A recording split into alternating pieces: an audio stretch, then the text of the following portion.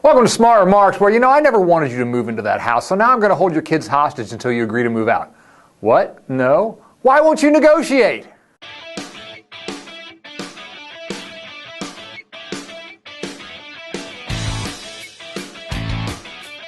So if you've been following the ongoing government shutdown, you'll know that the Republicans' big complaint is that Obama and the Democrats just won't negotiate. Hey, the Tea Party GOP is nothing if not reasonable, right? All they want to do is sit down at the table as friends and kill Obamacare. Which is why Obama's not going to negotiate. The Republicans have a laundry list of demands, some of which could actually be met, but their first and foremost demand, is that the individual mandate in Obamacare be delayed by a year, because we all know that when that year was up, the Republicans would say, well, year's up, I guess the individual mandate can go into effect now.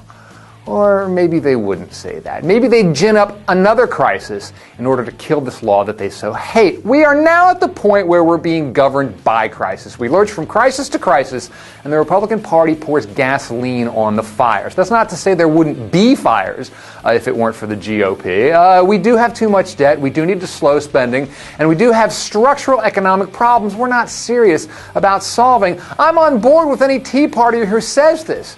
But if you listen to the rhetoric, there's almost a sense of glee in all this. The government is shut down, and who's even noticed? Isn't that great?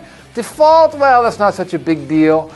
Burn, baby, burn. And what you got to understand is they're serious about this. There was a fascinating poll released last week by Democracy Corps. It's a liberal group, but the whole idea was to get inside the head of the Republican base. Evangelicals and Tea Partiers make up more than half the base, so pollsters talked to them about what was going on in the country, and what they found was a sense of existential panic. From the poll, quote, they think they are losing ground and Obama has won his socialist agenda. Obama, quote, is building dependent minorities that will give Democrats a governing majority. Obamacare is the end game for Republicans. Democrats have already built constituencies of dependents based on welfare, unemployment insurance, food stamps, and illegal immigrants. Now add to that the uninsured. And, quote, the problem in D.C. is not gridlock. Obama has won. The problem is Republicans failing to stop him. Go read the poll. You'll come away fascinated as I did, and with one big question. Given that Obama has won re-election twice, given that Democrats hold the Senate, given that the only reason Republicans hold the House is because of gerrymandering, exactly how are Republicans supposed to stop him? How far are they prepared to go? Voter disenfranchisement? Well, we're already seeing that. Nullification? Isn't that what they're attempting to do with Obamacare? But what else? Default? Some conservatives seem to think it's a grand idea and wouldn't be all that big of a deal.